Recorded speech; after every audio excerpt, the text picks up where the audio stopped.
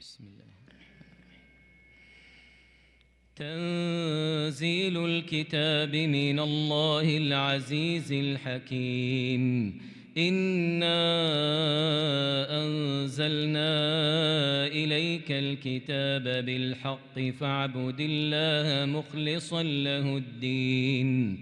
ألا لله الدين الخالص والذين اتخذوا من دونه أولياء ما نعبدهم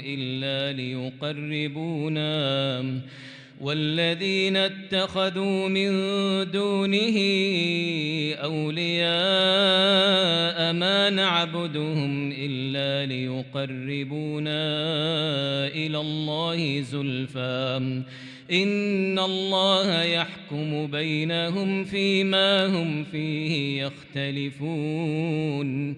إن الله لا يهدي من هو كاذب كفار. لو أراد الله أن يتخذ ولدا لاصطفى مما يخلق ما يشاء سبحانه هو الله الواحد القهار. خلق السماوات والأرض بالحق يكور الليل على النهار